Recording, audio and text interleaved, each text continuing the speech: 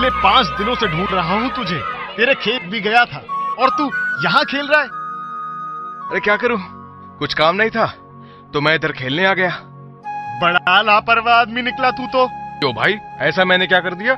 उधर बाकी लोगों को अपने अपने कपास के खेतों को सफेद मक्खियों से बचाने की चिंता में रात भर नींद नहीं आ रही है और तू क्रिकेट मैच देख रहा है, इधर बच्चों के साथ खेल रहा है। अरे अब ना तो मुझे मेरे खेत की कोई चिंता है और ना ही सफेद मक्खियों की। क्यों भाई? मेरे खेत को कपास की फसल को बचाने का काम अब एक वंशनाशक के जिम्मे दे रखा है। मैं नहीं मानता। खुद चलकर देख लो। ये देखो, आ गया मेरा खेत। अरे वाह, खेत की हालत तो शानदार लग रही है। कपास के पौधे, उनकी पत्तियां सब हरे भरे तंदुरुस्त। मेरे खेत में तो सफेद मक्खियों ने हाहाकार मचा रखा है। कौन है भाई वो जिसने तुम्हारे खेत को सफेद मक्खियों से छुटकारा दिलाया? हमें भी तो मिलवाओ। पहले बताओ, तुम जा कहाँ रहे थे? शहर सफेद मक्खी का इलाज ढूंढने। चलो। आओ आओ सूरज भैया, कहो क्या सेवा की जाए आपकी? ये मेरे दोस्त हैं दीनू, इन्हें वंशनाशक जी से मिलवाना है। क्यों नहीं, आपके कपास के खेत को सफेद मक्खियों ने घेर रखा है। क्या बताऊं सर, बस जी हम तो बहुत परेशान हो गए हैं। वो तो ये सूरज का खेत देखा, एकदम हरा भरा, तो थोड़ी उम्मीद बंधी। ये क्या है? पारिजात का डायटा, जो न सिर्फ सफेद मक्खियों का सफाया कर देता है बल्कि उनकी आने वाली नस्लों को भी जड़ से मिटा देता है।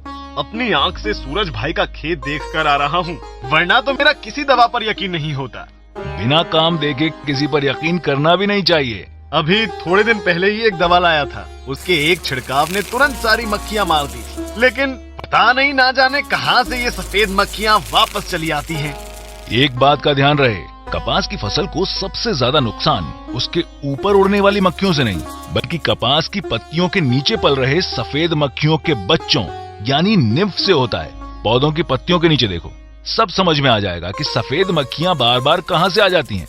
हमें तो लगता था कि उड़ने वाली सफेद मक्खी से सबसे ज्यादा नुकसान होता है। अच्छा ये बताओ कि ये नई दवा डायटा काम कैसे करती है?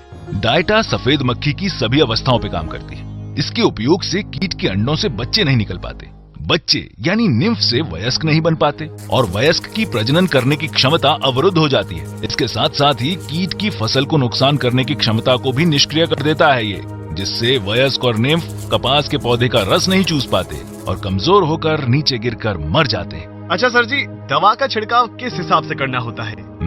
जब हर पत्ती पर 3 से 5 वयस्क मक्खियां दिखाई देने लग जाएं, तो आधा लीटर यानी 500 मिलीलीटर डायटा प्रति एकड़ के हिसाब से 200 लीटर पानी में मिलाकर छिड़काव करना होगा। ध्यान रहे, पौधों पर गहराई से तथा एक जैसा छिड़काव बहुत महत्वपूर्ण है, क्योंकि अगर सावधानी नहीं बरती तो एक साल में सफेद मक्खी की 1 नहीं 2 नहीं बल्कि 11 पीढ़ियां आपके खेतों में पनप सकती हैं और कपास की फसल को पूरी तरह से चौपट कर सकती हैं। पायरीप्रॉक्सीफेन डायटा का एक महत्वपूर्ण तत्व है जो सफेद मक्खियों के विकास पर हमेशा के लिए रोक लगा देता है, जिससे कि उनकी भयावह बढ़ोतरी पर पूरी तरह नियंत्रण पाना बेहद आसान हो जाता है। डायटा के छिड़काव की कई खूबियां हैं, जैसे ट्रांसलेमिनर एक्शन तकनीक के चलते पत्तियों के ऊपर किया गया इसका छिड़काव पत्तियों के नीचे तक पहुंचकर छुपे हुए निम्फ और अंडों का सफाया करता है। साथ ही साथ पौधों में भोजन बनाने की क्रिया को बाधित करने वाले फंगस, जो सफेद मक्खी से निकलने वाले चिपचिपे पदार्थ हनी ड्यू से लगती है, उससे भी आराम मिल जाता है। और खास बात यह है कि इसके छिड़काव से कपास के मित्र कीटों को कोई नुकसान नहीं होता और बेहद नियंत्रित रूप से प्रयोग होने के चलते ये किफायती भी साबित होती है।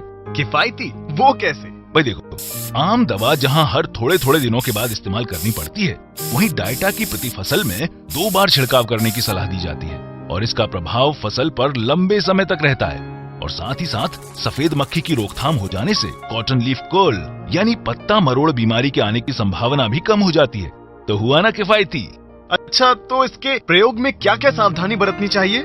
डायटा का संपूर्ण असर देखने के लिए 4 से 5 दिन का समय रखें। यदि इस दौरान आपको वयस्क सफेद मक्खियां दिखें तो घबराएं नहीं। डायटा के असर से इनकी नुकसान करने की क्षमता खत्म हो चुकी है। पहले और दूसरे छिड़काव में 10 से 15 दिनों का अंतराल रखें।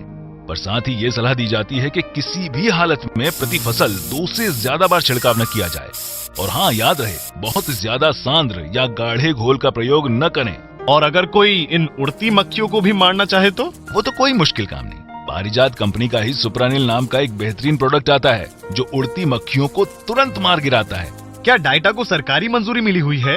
बिल्कुल, डाइटा न सिर्फ सरकार से पूरी तरह मान्यता प्राप्त है, बल्कि इसको बनाने वाली कंपनी पारिजात एक भारतीय बहुराष्ट्रीय कंपनी होने की वजह से इसकी क्वालिटी अंतर्राष्ट्रीय स्तर की है। क्या मैं एक हिंदुस्तानी हूँ, इसलिए गर्व से कहता हूँ कि हमारे अपने देश की कंपनी पारिजात ही ऐसी एक कंपनी है जो अंतर्राष्ट्रीय स्तर का एक ऐसा प्रोडक्ट डाइटा बनाती है जिसने दुनिया के कई देशों में धूम मचा रखी है। फिर किसी और देश की कंपनी का क्यों? अपने देश का डाइटा लेने में ही समझदारी है।